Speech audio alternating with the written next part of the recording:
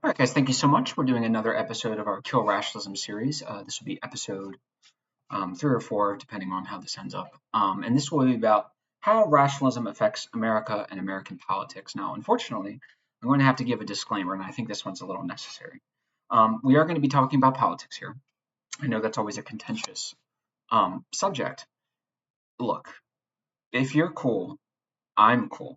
Okay. I'm not a postmodernist, so I'm not going to accuse you anytime you disagree with me of feeding into discourses that connect you to the worst atrocities our species has to offer. Okay. I'm not going to do that.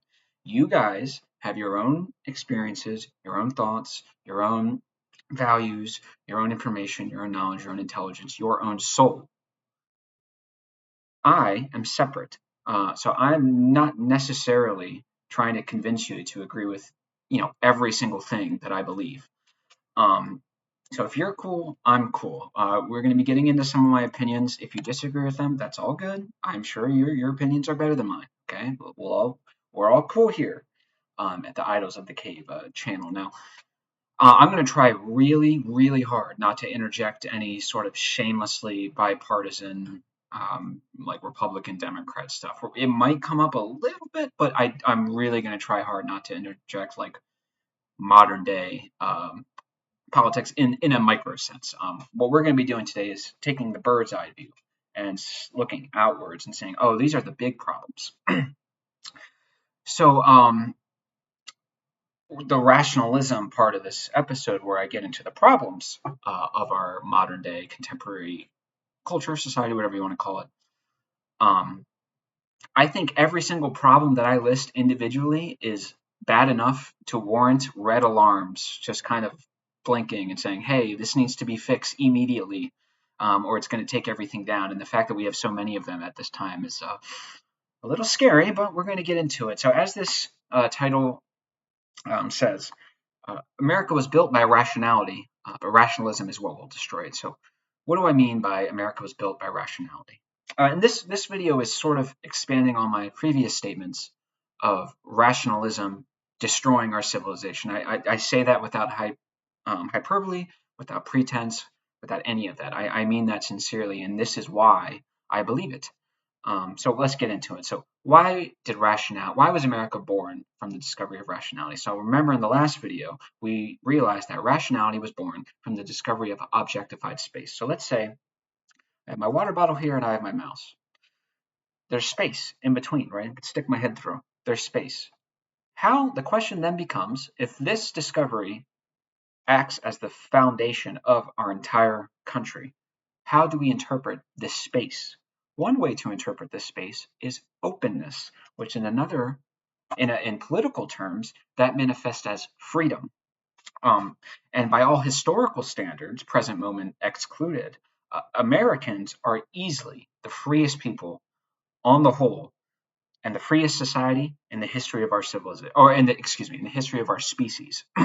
Now, again, present moment is a little excluded, but think like 1891, 92. As bad as you think American history was when it comes to preventing freedom, i.e., in the form of slavery, every other country did that more and to a worse extent. But we were the ones who said, no, we see space now, and this space can be interpreted efficiently as openness, and this openness is manifested in our world as freedom. That is why I believe we are Americans particularly were the freest in the world because we were working off an efficient consciousness structure, space, and openness. Okay, so we also see this as individual rights. So number one, of course, the discovery of objectified space, an object, there must be a corresponding subject. The I, the me, that's the individual, the ego, and we see this manifested in our concept of individual rights. The individual has been separated or sectored or divided from the collective and has been privileged and imbued rights. You are not forced to become Christian or Muslim or Hindu or Republican or Democrat or any of that. You have the openness, the freedom, and the individual right to make your own decision. So The individual right is seen as almost like a correspondence of the strong subject, the subject that is needed to perceive the object, the newly discovered object. So it's good, and we're seeing that, but we'll get there with rationalism. We also see the birth of liberalism. So liberalism, of course, with a capital L. Liberalism collapses the friend-enemy distinction and takes all quantifiably immeasurable aspects of the unperspectable world, so gods, tribal differences, religious differences, and shoves them into a closet and pretends they don't exist. So liberalism with a capital L says exactly that. We're going to take all the aspects of the unperspectable world, so to speak, all the irrational and pre-rational aspects of the human condition, so belief in gods, my God is the only one, my religion is the only one, we're going to put that aside, we're going to bracket it, shove it into a broom closet, we're going to remove the friend-enemy distinction. Now, the friend-enemy distinction is this sort of basic political principle. People don't like to accept this because the idea came from a Nazi, but sorry. So the friend-enemy distinction does not necessarily mean that anyone who disagrees with you is an enemy in the sense that you need to like kill them or anything. It's just this idea that if this other person's political vision were to be enacted, would that be in alignment with mine or would that negate mine? Of course, if it's in alignment, we're friends. So this is why, people on the left, this is the Democrats. That's their friend group. And then, of course, their enemy group would be the Republicans. And of course, it'd be the same vice versa. Liberalism tries to drop that. Liberalism says, no, we're all friends. We're all going to talk. And we're going to push aside all the allusions and the references to the Bible, to the Bhagavad Gita, to the Quran, to all this stuff, and we are going to settle disagreements verbally and through reason, through rationality. Who has the best arguments, theoretically? You can see how rationality has really manifested and affected our political system. Differences are settled in the marketplace of ideas. That's supposed to be this sort of neutral domain in which rationality prevails. And so what's happening here is we're sectoring aspects of the human condition and domain of inquiry into what is quantifiably measurable and consciously known.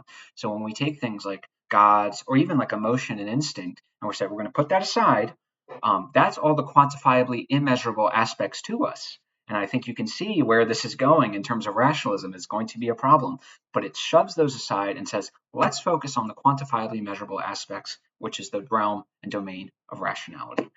So that's interesting. Then, of course, we have the branches of government being placed in opposition to one another. The executive branch is supposed to be placed in opposition to the, executive, judicial, and the legislative branch. As opposed to these institutions working in tandem. Because in history, when you have all these institutions working together, they team up very quickly and they will impose their will on the masses. They develop their own elite interests and they follow those instead of actually trying to serve the people. Now remember, rationality switches from polar complementarity to rational dualism, antithetical dualism, which means the binaries are placed in opposition to one another. They negate one another. Same thing with our branches. If the legislative branch is in opposition to the executive branch, there you go. So the dualism inherent in rationality is manifest in our system. Also, the fact that the legislative branch, judicial branch, and executive branch are divided from one another. That's another reason we're seeing all these divisions of branches, institutions, and functions in the government. This is why Thomas Sowell says, the government is not a monolithic agent of society.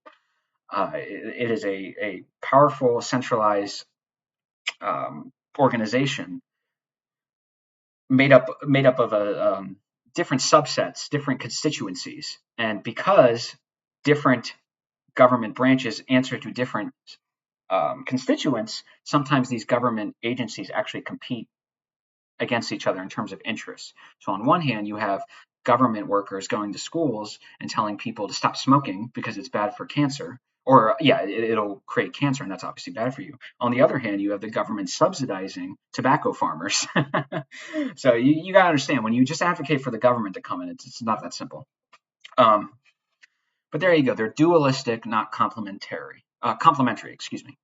And then we see this idea of universalism. Remember, rationality doesn't really take into account qualitative valuation, and much qualitative valuation is exactly that which balances our rationality, and in doing so prevents it from going too far. And what is too far in this sense? It becomes universal. So some of the rationalist ideas, they become absurd because they have no qualitative balance for them to just kind of ring it back. Like, for example, I'm a free market advocate. And to be clear, what we're living under right now isn't even close to a free market. So don't even think about holding me responsible for that. Having said that, there are areas where market failure happens. So in order to enact qualitative balance, the government should come in here and provide a societal interest where the market simply cannot. For example, it might cost a ton of money to produce assistant devices or technologies that aid disabled people. There must be a profit incentive for them to allocate the scarce resources effectively and efficiently. And if you remove that profit incentive, you're not going to have it at all. Having said that, if you keep the profit incentive, the amount of people who are disabled do not make up a sufficient amount of the marketplace to warrant the supply of their demand. That is to say, there's not enough disabled people, and they don't have enough money to warrant suppliers to actually supply them with it. It would cost too much.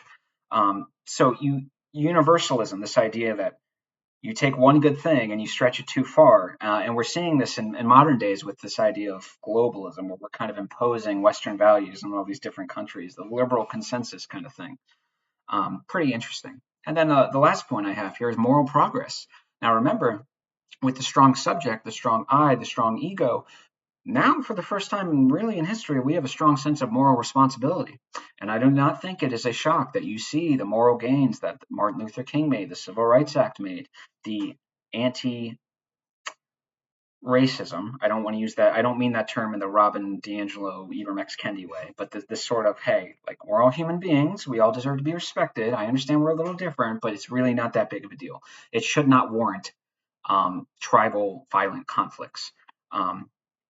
I think there's a very strong reason why the West and America, and by the way, all this applies to the West. So if you're British, if you're Irish, this stuff applies to you too. Maybe to differing extents, but nonetheless. We were the first ones to develop that strong subject, which conferred moral responsibility. It is no longer the magical unified forces of the world that are compelling us to kill these people. It is no longer God necessarily, or the 2D sort of life and death. This is the flow and rhythm of the world, and so it's not a big deal if we kill anyone because that's what life is. No, it is a big deal. You need to be held responsible morally, and we will not accept this appeal to traditional irrational nonsense for you to justify your immoral behavior. Absolutely not. Now, of course, that was a hard-fought victory, and there was a lot of pain and strife and struggle. But nonetheless, and you saw other countries and other continents take on our moral progress. There is a reason we had the moral progress. Now, let's get into rationalism, shall we? This is actually going quicker than I thought it'd be. This is going to be a pretty long video if you haven't noticed. I was thinking I could break all this down, but then into like separate videos. But I thought, well, if it all does kind of center around America, let's just do it all in one video. So hopefully this isn't too long. So, of course, rationality we'll say is efficient. This is the efficient mental consciousness structure. To be clear, all this stuff that I just listed, this is a good thing. I obviously like the moral progress. The universalism is not terrible, but it does engender a sort of follow the rules kind of thing. You're not allowed to, as a judge, say you're a part of a certain group and I don't like your group, so I'm going to apply the law differently. At least in theory, you're not supposed to do that, and there is a lot of great stuff. Liberalism is amazing. It is the thing that defeated communism and fascism. I'm not against these things necessarily, but I like them when they're moderated and efficient, and very quickly they have turned into rationalism. So let's get into it. So now in the rationalism section, we're going to be talking about how rationalism affects American culture, politics, and society, and these huge, huge, huge, huge problems that we are facing because of it. So we'll start off with ontology. In the immigration debate, I don't want to get too spicy on this. So essentially, rationalism has reduced human ontology. And if you don't know, ontology is a fancy word, fancy philosophical word to communicate the study of being, what it means to be. How do I know this is a water bottle? Its essence. Is it a water bottle because it does what water bottles do? Its appearance because it looks like a water bottle? Both? Neither? Stuff like that. So in our world, it's essentially an existential question. So rationalism, of course, reduces everything to what is quantifiably measurable and consciously known, and that has happened to us. People are no longer these sort of romantic mythical warriors or even spiritual creatures running around on earth doing spiritual things, living out God's purpose or the gods or whatever. Instead, we're essentially just economic units producing until we die. We've essentially become Logan Roy at the end of Succession. um, this is what Deleuze and Guattari and the immigration, by the way, this is a huge, that little H-1B debate that cost Vivek his job, that is big. So the liberal right, capital L, that's not a contradiction, um, they were in favor of increasing the H-1B immigration. And the reason, when you would ask them, why do you believe this? They would look at you as if you were an idiot, and they would say it's obvious. And then you go, okay, well maybe I'm an idiot. Show me what's obvious about it. And they point you to a chart of economic gains. What's happened here? All of human ontology has been reduced down to economic units. Now, what makes a person is far more than their mere economic output. But the rationalists don't take it into account. You know why they don't take that into account? Because all that stuff is quantifiably immeasurable. Any sort of mythical interpretation of what we're doing, or romantic or spiritual, that's immeasurable. And they're rationalists. Remember, only that which can be considered true by rational thought is exclusively true. So they toss that out. Then, of course, you get Deleuze and Guattari, the postmodernists. I like to rip on the postmodernists a lot. But that's more Derrida and Foucault. I think Baudrillard's idea of the simulacrum is borderline self-evident at this point. And Deleuze and Guattari's cultural criticism is great. And my basic understanding is um, things have become so amassed and the individual has become so tiny in his world, um, that essentially all these large institutions have taken the individual and molded him to their desires. These large, nameless, faceless bureaucracies, they have imposed and inscribed their will onto him. And the human being is constantly going institution to institution to institution, whether it be at the home, the hospital, the workplace, family, something else. Each one of these institutions has grown so large and the individual grown so small that they cannot help but feel this sort of meaningless nihilism.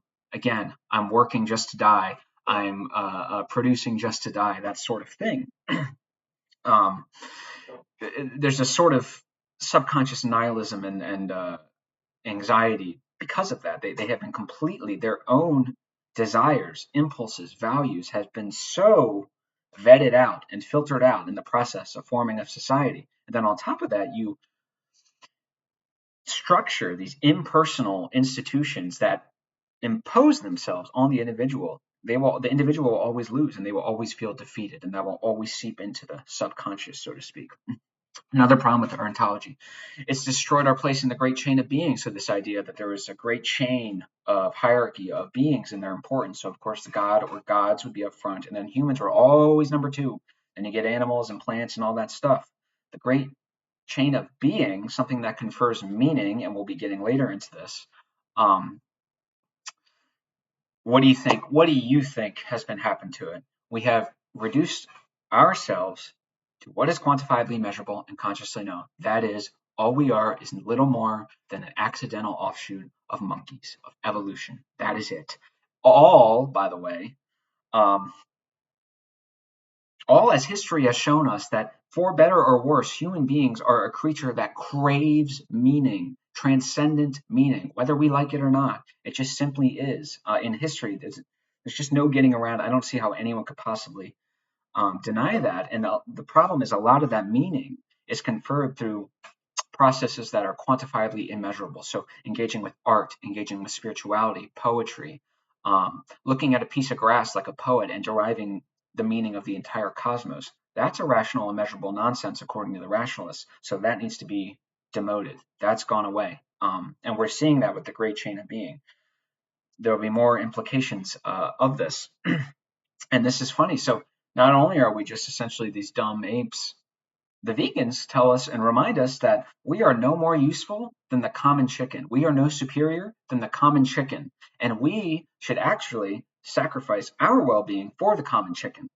So no longer are we these sort of manifestations of God's will and energy and these romantic warrior beings who fight for good and rightness and all this stuff and all this beautiful stuff that confers a whole lot of meaning.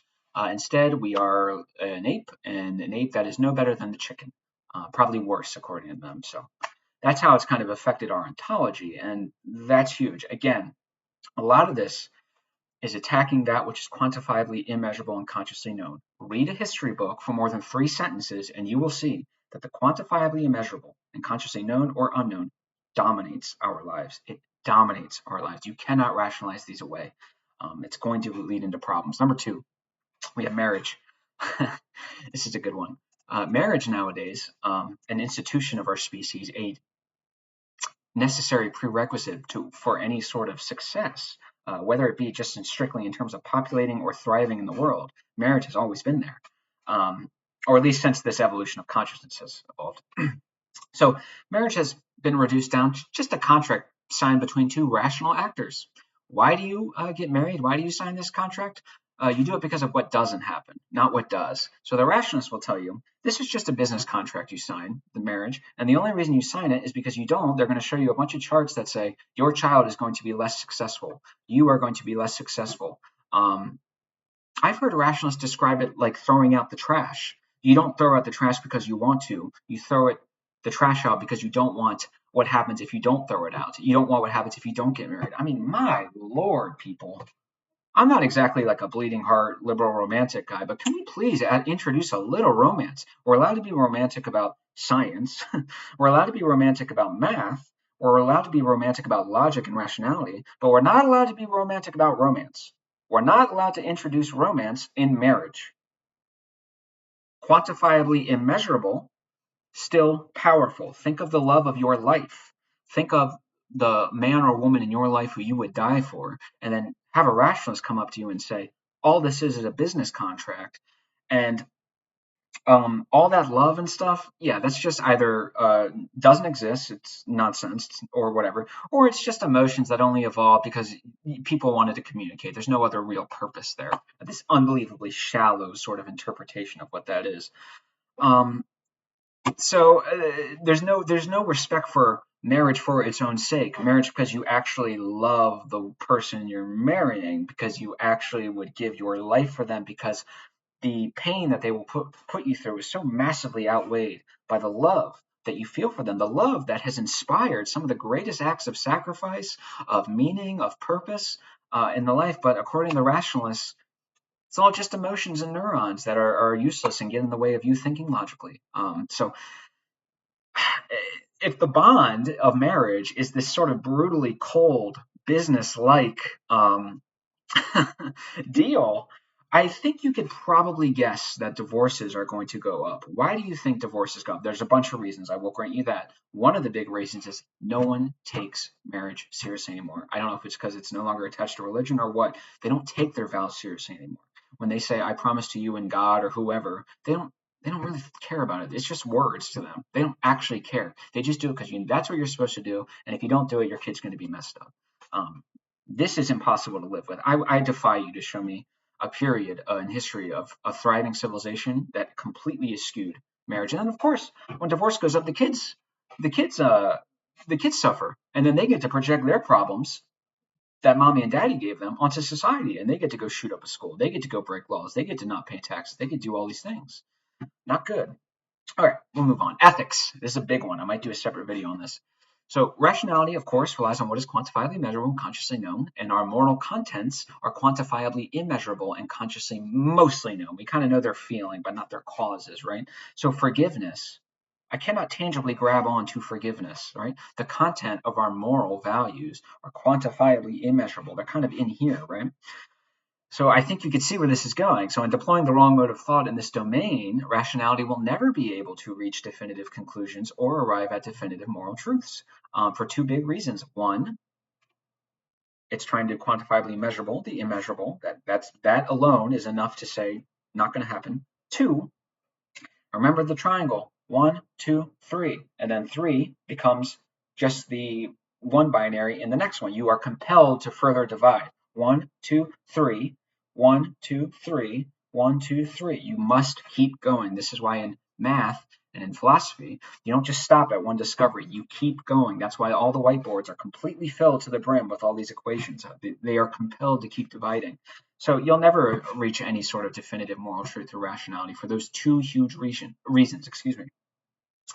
And the big problem is,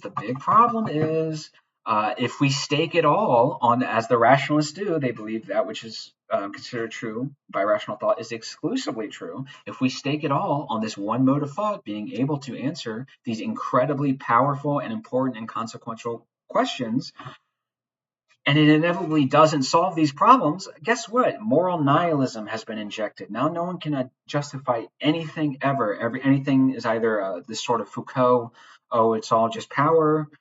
Everything is just reason tells me what to do, but it's never going to give me an answer, so I can kind of just do what I want. Everything is no one can agree on anything because everyone's nihilistic.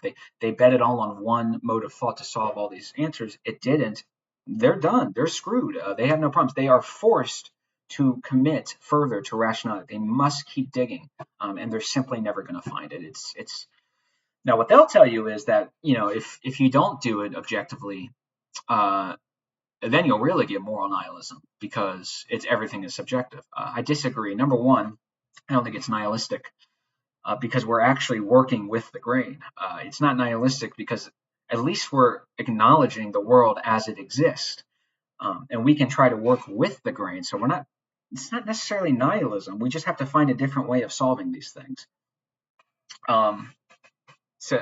But they're the ones who are really injecting the moral nihilism. You guys are the ones who are going sort of from the beginning using the wrong tool and insisting on using only this tool. I'm at least using the right tool. I'm the one not being nihilistic. You're the one being nihilistic. Okay, and then so we have ethical systems as well. How has rationalism affected ethics? So we have, remember, dividing, sectoring, separating space between each other. We got deontology, consequentialism, virtue ethics. These are three separate divided systems. Rational thought, baby, 101. Another problem is all these ethical systems divided in sective,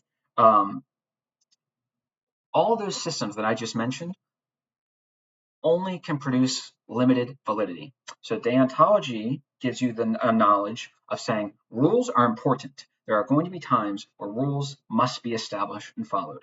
Consequentialism says, hey, you can't just focus on what's right up here. There is a world out here, and you need to focus on this more than you focus. You don't even need to do this. This is what matters, not up here. Then you have virtue ethics, which is just sort of doing the good action through intuition or something like that. Cultivating good habits and actually externalizing those habits in the real world. Problem, each one is a limited truth, a limited validity. And as long as you pick one out of the two or three and oppose the other against them, you will always, always, always be left unsatisfied. This is why every single one of these groups, when they get into debates, they all have hypotheticals that the others cannot account for. Because what they've done is they've separated parts from the whole, privileged one or pitted them against one another, privileged one or the other, one over the other, and in turn derived only a limited truth. So don't do that. Integral structure says, okay, how about we find a system, so to speak, or how about we just keep all these in mind and integrate them into a whole so we don't have to limit ourselves to one part of the whole. We can have the whole. They don't like that because it doesn't offer them a system. It's too free for all in their mind. Remember, they're rationalists. They're all system thinkers. But the problem is they're deploying in the wrong areas. So my way is better than yours. Let's see. Each system needs to be respected, not pitted in opposition to one another. Plus, everyone's a utilitarian nowadays. Why? Because it's the most rational, the greatest good for the greatest number. It does sound rational. It makes sense. The problem is that it makes the same mistake rationalism makes. It reduces ontology to what is quantifiably measurable and consciously known. That is plain. pain and pleasure become the only aspects of the human condition that apparently deserve any sort of moral consideration. How do we know things good? Well, it made them feel good. What's happened here? We've reduced humans down to our most animalistic, base, primitive aspects. And well, animals feel pain, animals feel pleasure. We're animals, so we'll just do that. Everything is limited. Everything is limited. It's not good. Um, it's absurd. Oh, and here's another thing. Gebser talks about this. So when we're having, let's say we're having a meta-ethical discussion. So a meta means above, and ethical is exactly that, an ethical discussion. So if I say, is it okay to terminate a pregnancy? We're going to have a ethical discussion. So we'll say, someone will say, yeah, I think it is good. I think that's a good thing. And then another person will say, no, I don't think that's good. That's not a good thing. Okay. What if someone comes in here and says, well, what do you mean by good? Can there ever be any good? How do you know that what is good and not bad? Simple as that. When you do this, when you retreat into the meta-ethical, what happens is, and you see this in Alex O'Connor versus Destiny. I should leave a description linked in the description. You get so lost in the abstract that even if you agree on the definitions of the words and the logic of the structure of the logic that you're using or deploying, nonetheless, you will still have antithetical interpretations. So in Destiny versus Alex O'Connor, one of them said they agreed with the definition of the words. They also agree with the logic. Both of them had the same definitions and the same logic. Okay, how could you possibly arrive at a different conclusion? Destiny said this is a reason why no one can have any objective moral truths or moral statements. You can never come to any sort of definitive, objective moral conclusions. Where Alex is saying, well, no, this seems to be a reason why you can come to a definitive, objective moral truth. What's happened here? We've gotten so lost in the abstract that both of these people think they're being strictly rational, i.e., divorcing themselves from the biases of their emotions and psyches. What's really happened here is the psyche has wormed their way back up, and one psyche is biased towards this, and that's Destiny. He says, no, it's not possible. Whereas Alex O'Connor's psyche is biased towards this, and says, yes, that is possible. Another example, take the cogito ergo sum or cogito ergo sum by Descartes. I think, therefore I am. That there are a variance of interpretations of this at all signals to me that the psyche, what has wormed its way back up and taken control? What is the cause of these different interpretations? It's not rational. It's not strict cold rationality. Because if it was that, there'd be nothing to interpret. It'd be like interpreting 2 + 2 = 4. It's nothing to interpret, really, right? You're just codifying or just noticing. But they're interpreting. That means the psyche and the biases have wiggled their way back up. Not good. All right, next up, epistemology. This is bad. Division of our metaphysical internal faculties to the point of skepticism, nihilism, postmodernity, all of which permeate my generation and the one before that. So our metaphysical faculties, so our ability to think logically, to know things, to think about ontology, those have been so divided that, again, we have injected nihilism and relativism. If you listen to the postmodernists, all knowledge claims are oppressive, so you are compelled to disagree with them and do your own thing. The individual, the strong subject, has been placed in even further dualistic opposition to other individuals in postmodernity. So this is the switch from rationality to rationalism. The individualism has gone too far, and the dualism has also gone too far. No one can justify anything. Everything can be interpreted away. I used to go grab beers with an old buddy. This dude is insane. We would drink beers and talk about this stuff, and he wouldn't agree that the glass of beer that we were drinking out of my hand was real, but he believed that the government put magnets underneath the PGA golf courses, and Tiger Woods wasn't actually a real person. He was a government creation in a lab and imparted with a computer chip, and that's how they did it. So this water bottle doesn't exist, but all that I just said does, according to this guy. That is a rationalist. That is someone who has divided his internal faculties so much to the point where he is just so lost. We stopped being friends because of it. He was so lost. It was just, I couldn't do it anymore. You don't want that. No one has any sort of respect for epistemology anymore. instead of taking an integral view and saying, okay, well, rationality is good here, intuition's good here, and all this stuff, they just go, no, it's all random, it's all relative. I can just do whatever I want. And of course, when you do that, you negate or you reject ancient wisdom, cultural transmission that is necessary for a thriving, healthy civilization because you think you're too smart for it. You are not, and you never will be. That's God, I hate postmodernists. So authority, epistemology, authority is derived only from charts and studies. That is models of reality instead of direct engagement with it. I don't want to get too controversial here, but if you make the general statement that men are stronger than women, one, you'll get a midwit saying, well, my aunt's a bodybuilder and my cousin's he's pretty skinny. Okay, yeah, we got it. It's a general statement.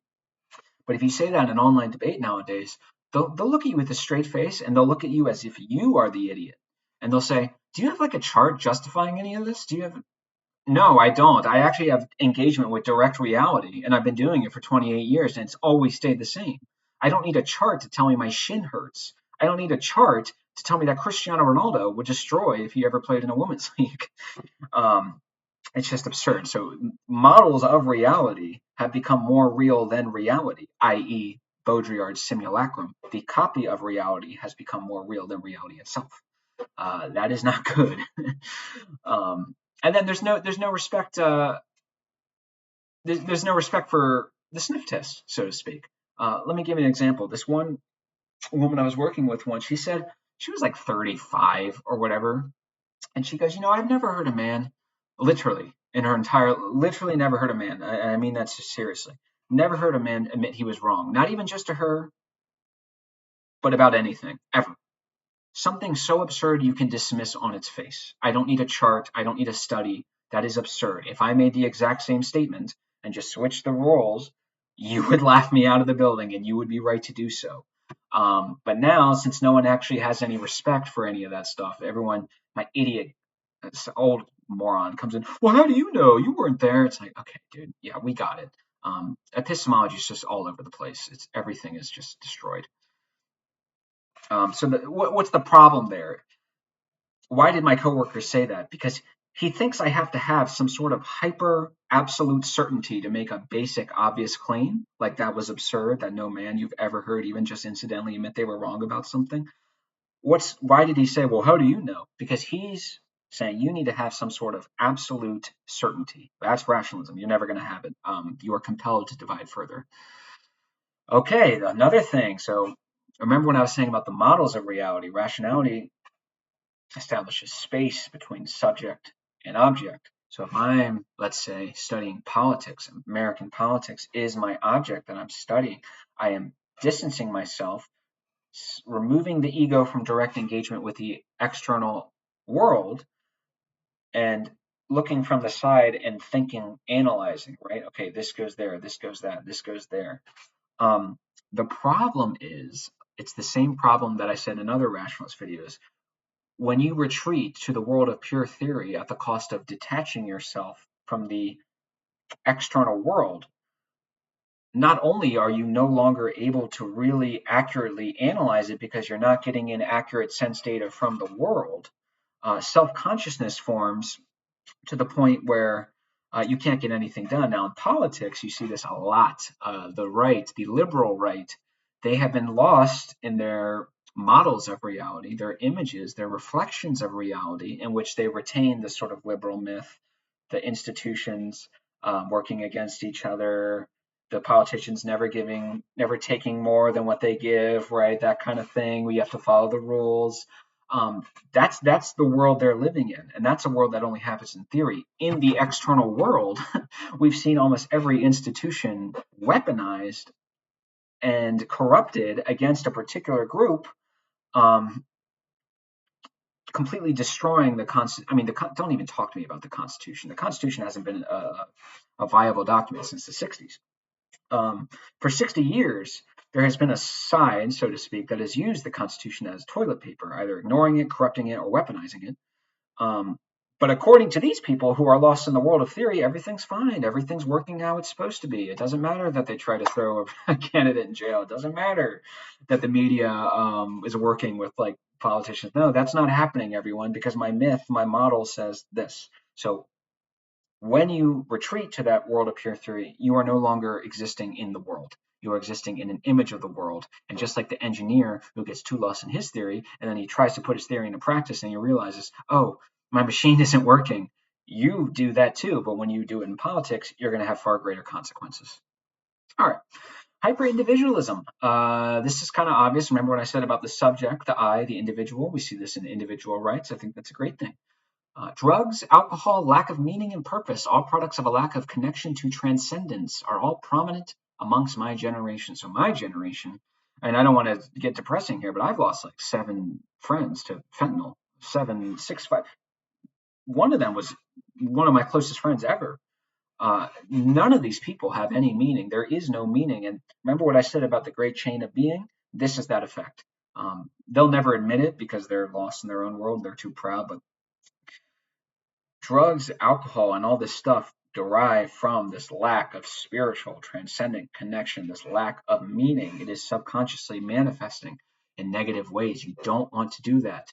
This hyper individualism has gone so far. This hyper individualism combined with the complete lack of meaning has gone so far that people are jumping to identify themselves as mentally ill to define to find any sort of sense of meaning. They're identifying as depressed and anxious and ADHD and saying, I am an ADHD person because at least ADHD has a defined meaning. I mean, my goodness, the lack of meaning, it's irrational, undeniably.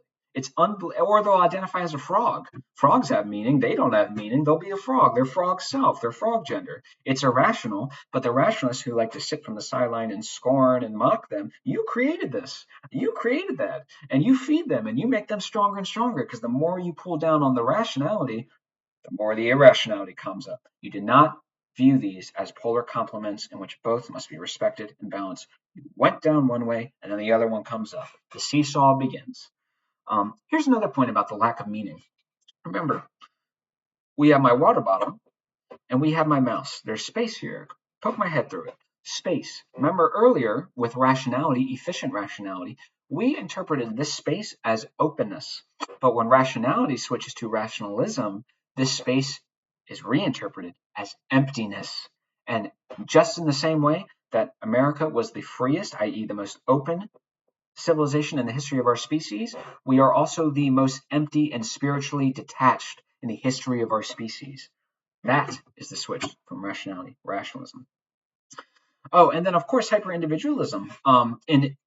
In limiting yourself to only one aspect of the human condition and one that has only been around for, in the grand scheme of things, a few years, whereas our collective tribes and urges and our sort of drive for the collective and community, the communist sort of side of the human aspect, that's been around for a whole lot longer. So again, just like the rationality and the seesaw, same thing with individualism and collectivism. You've gone way too far on one, and now the other one comes up. So the hyper-individualist, rational libertarians who love to mock and deride and snide at the communists for being so stupid and irrational, and they are. Again, you created them. You created them. You created your enemy, and now you want props from me because you think you're smarter than them. No, you're not. So, and of course, I mean, communism is absurd, but it's not just that. Fascism, communism has never worked, ever, in theory or in practice. Not only that, it's led to some of the worst atrocities our species has ever done. Same thing with fascism. And yet people are reverting to it anyways. It is irrational, and they are doing it anyways because you have not properly respected. You have gone too far in the individual, you have forced them into the collective, and now they're going to destroy you. Well done. And all that beautiful civilization built on rationality and the individual, all coming down because of you. And then, of course, this causes, in the same way that the collectivists sort of retreat into their collectivist ideologies, this causes the hyper-individual to retreat into these sort of isolated, lonely, depressed, completely detached from the world. Now we got problems. Remember that drug and alcohol we talked? That comes back. Um, you simply cannot rationalize away the need for community and collectivism to an extent. It just needs to be balanced by rationality and individualism. Um, Now think of that hyper individual. So that hyper individual, and I have propensities to do this. This is not good. So when you retreat and you become the hermit and you start reading about the world, that is a good thing. You can do that. Again, if you're not actually going out and engaging with the world and you're only reading about it, you are not seriously understanding the world. You are understanding a model of it that you have constructed in your mind. That is not the thing itself, and that it always has the potential to be forgotten. Then you're screwed. And then finally, on this section at least, you take on the Dostoevsky quote. As you become more isolated and individualistic, you love man in the abstract, but any person, any actual flesh and blood person you meet in your real life at the grocery store or after doing your taxes, you're just a complete rude piece of crap to them. No, you don't just get to be mean and vile to people in real life and then go back to your little fortress and read your book and say, I just love man. I love mankind. We're flawed, but we're saying, no, act like it then. Act like it then. At least Dostoevsky had the respect to shame himself for his evil impulses. You're taking them as your identity.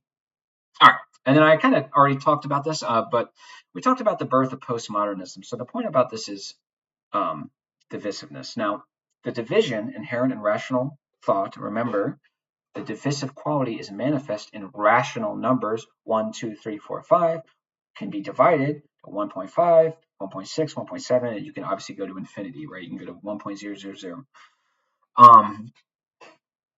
So we see this today in contemporary modern American politics. Everyone is divided from each other. There are the Democrats on one side, there are the Republicans on another, and these are dualistic, but I think we're going to get there. We have been divided, but you also have others. You have the environmentalists, you have the libertarians, you have the far left, you have the far right, you have the anarchists, you have the anarcho-capitalists, the anarcho-syndicalists, the anarcho-communists, the anarcho Bidenist, the anarcho anything. You have all these different ideologies. There's a trillion million different ideologies. And what happens is, again, a lot of these are only deducing one truth or value from it. The Republican will say, or the conservatives are deducing that sort of rational benefit of the human condition. Like that's the truth that they sort of attain. Whereas the left and the Democrats, their truth is like, yeah, there's more to rationality here, and we're human beings, right? We're emotional. That's their truth. And then the libertarians, this idea of freedom. People should have freedom, and they shouldn't be coerced upon or imposed unnecessarily. Stuff like that. But there's a couple things that happen. One, these are all placed in opposition, which is going to increase partisanship. But that's actually going to be the next point. But people feel isolated. They feel isolated from the political process, especially if you're like a libertarian or one of these kind of minority groups. Your will isn't really represented that much, and it's always in conflict with a trillion other ideologies. There's no unity here. One big problem is in dividing everyone. If it keeps going too far, there's no way to unite it. There's just no way to unite. You stop becoming a country and you start becoming a series of tribes that are antagonistic to one another, and that's never going to be that's never going to be successful. And that this division of everyone into their ideological box and their social box, and everyone's divided. What it's done, it has allowed irrational collectivist ideologies that are harmful and antithetical to a thriving, healthy civilization, i.e., postmodernism, i.e., the woke left or the far left. All you need is one irrational collectivist mythology that touches all of the quantifiably immeasurable aspects of the human condition that have been wholly and unnecessarily neglected. This is why, in the age of rationality and reason, irrationality is destroying us. Because you've divided everything. You've divided people in terms of their ideological positions, and you've divided their human condition into only that which is rational, at the direct expense of drives towards the collectivism, which is necessary towards community, towards emotion, and towards unity. We want that. That's the whole point. This is why there's a third aspect in rational thought. We have the 1, 2, 3. Why do we even have this 3 in the first place? Because it establishes a synthetic unity. The human psyche cannot survive without some sort of unity. And that's what rationalism has done. It has completely severed the unity. All it takes is for a far left to say, we've got all the unity you want, we've got all the emotion, we've got all the utopian nonsense, we've got it all. Come with us, reject them. And then if you have postmodernists saying, well, all that is an oppressive construct anyways, it's not even true, I think you see how this happens. Let's see. Oh, and then more with postmodernism. Everything's a social construct. Every necessary institution or aspect of a civilization that cannot be destroyed if you want the civilization to succeed has been deconstructed on the guise of that's a social construct. So it's kind of a mixture of that epistemological damage plus the political damage. No one can justify anything anymore. And if you just get together in enough people, you will outnumber the divided individuals and you will defeat them. Not good. So this kind of leads into the next point. So dualism and susceptible to extremism. So again, liberalism collapses that friend-enemy distinction, but that has come out with a bang. Okay, so rationalism brings it back. The friend-enemy distinction, so friend and enemy, of course, are dualistic. You don't want that. So they're going to say, fuck you, friend and friend. There is no enemy. It's just friend. We're all friends here. That's efficient rationality.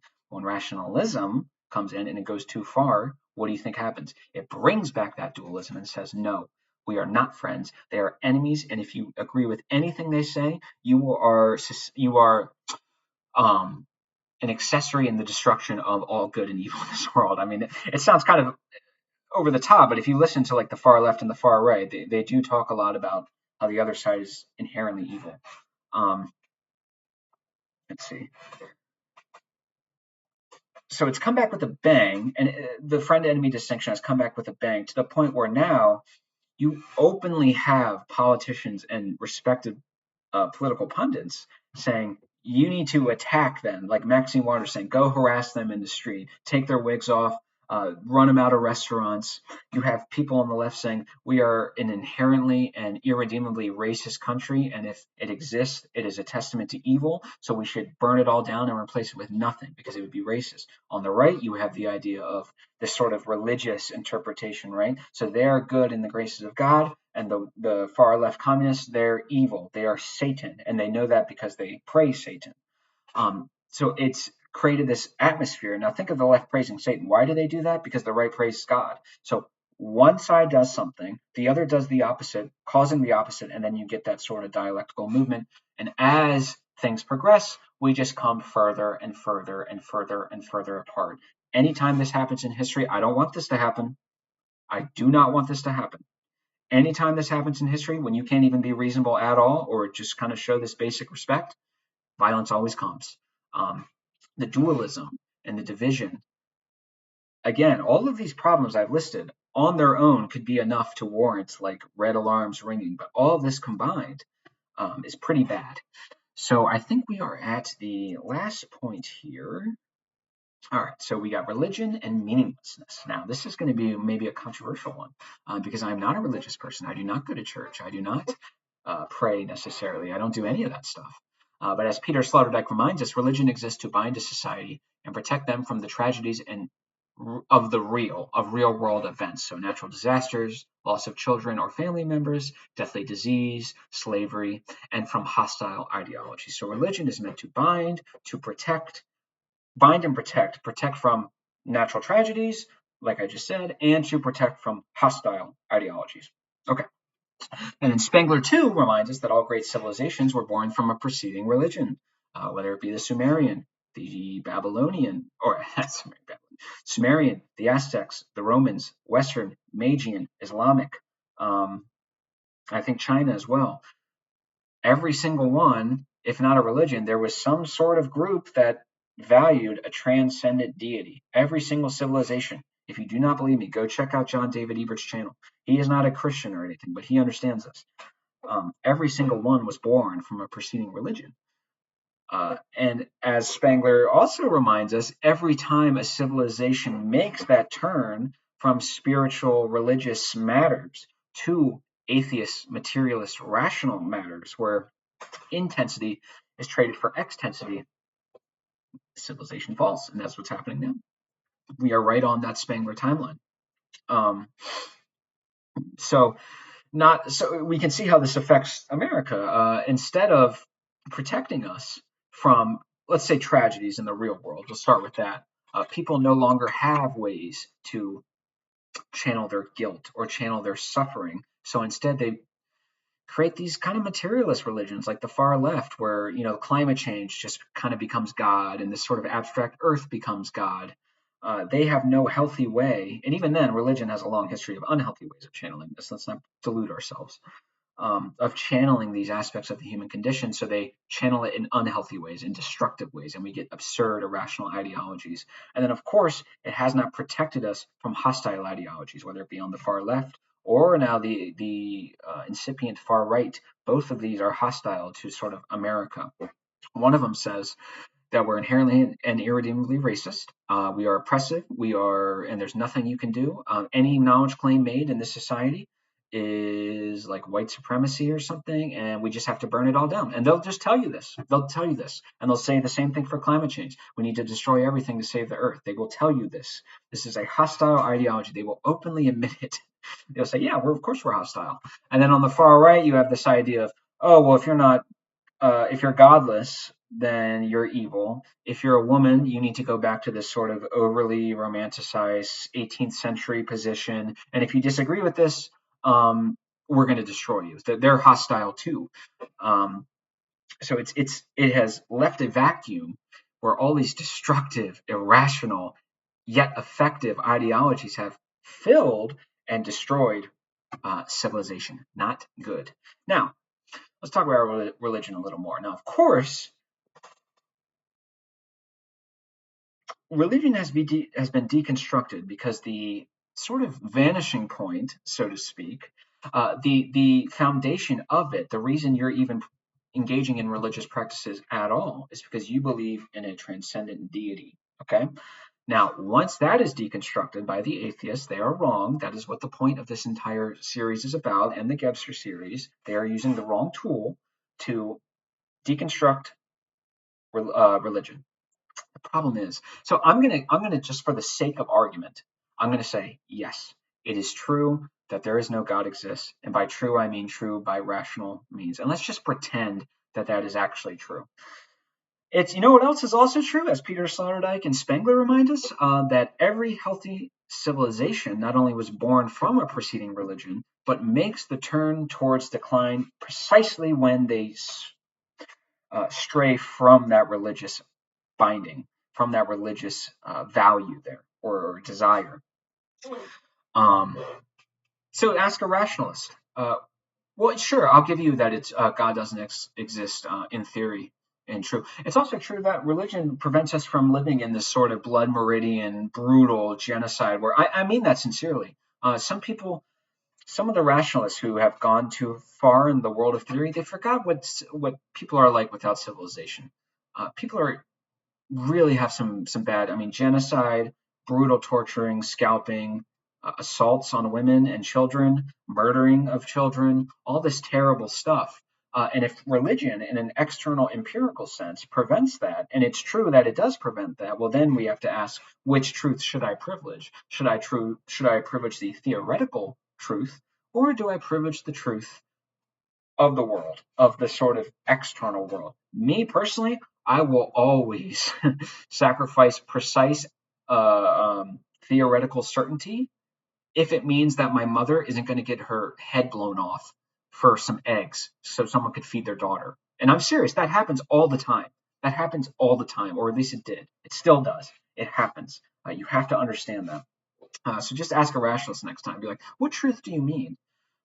Where they're rationalists, so we know what they're going to choose. They would sincerely rather be logically correct in theory. They would trade off a healthy, safe civilization if it meant that they were logically correct. I mean, it's absurd. It's just absurd. Um, so let's see. Is there anything else? Yeah. So that was my last point. They don't have a great conception of the state of nature, so to speak. How human beings naturally are without society or civilization. They're all Rousseauians because they're all dealing with a model of the state of nature, not directly the state of nature itself. If you want, you can go in history and look at these things. Now, that's kind of a model too, but it's at least less of a model than your hypothetical, theoretical world. Um, so yeah, that's pretty much it. This is the reason why I think rationalism really is all of these problems alone. I think would be huge, but the fact that all of these are happening right now is a big problem. So we'll go through them real quick. So ontology, we've reduced ontology, which has destroyed meaning, which means um, the immeasurable irrational aspects will be projected out in unhealthy ways. We will have a subconscious uh, reduction of view of ourselves, and we will act as animals because we view ourselves as nothing more than animals. There you go. Marriage, you cannot have a thriving civilization with so much divorce or just no marriage at all. It just simply doesn't happen. I don't know what to say. You need to get out of your head. You need to get out of theory. All right. This is the whole point of integral consciousness. The reason why the rationalists think they do is because it might be true in theory that a civilization could survive without a religion or marriage. In theory, it could be. We don't just live in the world of theory, right? We live in here and out there. So when I incorporate and integrate out here into the world, I take on the tragic view of human nature. We are inherently limited in what we can know and do. And one of those limitations is we need meaning. And if we don't have it, we will be violent. And we are already violent. And that lack of meaning compounds our propensity towards violence, not good. You just have to accept the world as it is. Okay. You do this in other areas of your life. You accept that cancer exists even though we wish it wouldn't. Don't go into a radiation thing, right? Don't be an idiot. Ethics, it's completely destroyed ethics. Again, I fail to see how any sort of thriving civilization can actually thrive without some sort of ethical unity or a way of coming to answers that are sufficient and satisfactory to the people living in said civilization. It's injected moral nihilism, which is absurd. It's injected nihilism into epistemology. No one can justify anything. Either everything's a social construct, everything has to be put into a chart. So if someone comes up to you and says, LeBron James is 4'3", and then they show you a chart, I guess that's true now. It's allowed for postmodernism, which has been unbelievably destructive and corrosive. It's been terrible. The epistemology has been destroyed. No one knows anything. Hyper individualism, again, all the drugs, alcohol, the school shootings, the retreat of the hyper individual, and then the subsequent projection of his anger and resentment into society. That's always going to be a problem. And of course, as you come down on the hyper individualism, you will raise the hyper collectivism. And because this collectivism derives from irrationality, it will always lead to terrible things. That's the seesaw. So you have to balance individual, collective. These are not dualistic antitheses. They are polar complements. You are both an individual and a member of a collective. There is no contradictory aspect here. You have responsibilities to yourself and society. And then we have, of course, postmodernism and the destruction it wrought, the dualism, which means that we all hate each other in almost like a really seething way, in a really genuine way, where it's not just, yeah, he's annoying and I don't like him. It's really like I can't imagine reconciling with you or sharing a country with you. Obviously, that is not conducive to civilizational success, and it's left us susceptible to extremism. The far left, with their just irrational nonsense and destruction and nihilism. And then, of course, we see the far right now coming on the post-liberal right, but they're pre-liberal right. The far left, what they do is they create an idealized utopia in the head that's futuristic, and they try to do that, ignoring all aspects of the world that prevent them from doing that. Scarcity, trade-offs, human nature, nature itself. They ignore that and they do the irrational utopian. And anytime that happens, a dystopia in the real world manifests. But then, of course, on the right, you have the other way. So they go back and they romanticize the past, and they have this idea of this perfectly hierarchical order, always with men on top, by the way, conveniently, and God and everything. And they deal with a model of reality, just like the far left does, an image of reality. And they also sort of a utopia. They turn it into a utopia. They're not engaging with reality. They don't understand duration. You can never go back and pretend that everything was just the same. It's just never going to happen. I mean, these guys are bragging about going back to the 15th century. It's a joke. And then, of course, religion, meaninglessness. Religion was supposed to protect us from all this stuff. It is not. The Christians have failed. You have failed.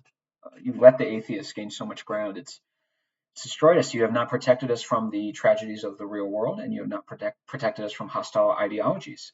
Now our institutions have been weaponized. Everything has devolved into this short-term power play. We're all just imprisoning people, and we're applying the laws separately to people and based on friend enemy and that kind of stuff. Um, and then, of course, now that we've made that turn into atheist, materialist, rationalists, that is the sign of a dying civilization. I mean, that alone, I think, could justify this video. And yeah, so that is my sort of thoughts on how rationalism really does kind of destroy our modern society. A lot of it is quantifiably immeasurable, so the rationalists don't take it seriously. They dismiss it as just vague gestures at feelings that don't matter. Feelings to them are only things that get in the way of their analytical, logical thought. They have no conception of a healthy use or any benefit or efficient aspects of them. So again, rationality built America. Rationalism will destroy it. I apologize. I had to give you sort of my opinions here, but this is it. Again, if you disagree, just let me know in the comments. We can talk. I'm not going to accuse you of being evil or stupid or anything like that. Just let me know what you guys think. If you can think of some other examples, let me know in the comments, and I will come up with some more ideas for this Kill Rationalism series. So you guys are the best. I love you, and happy Easter. It's Easter today, and expect a Jean Gebser video tomorrow. And we'll be getting into mental time. Very fascinating stuff. I love you guys. You guys are the best. Keep thriving, baby. I love you.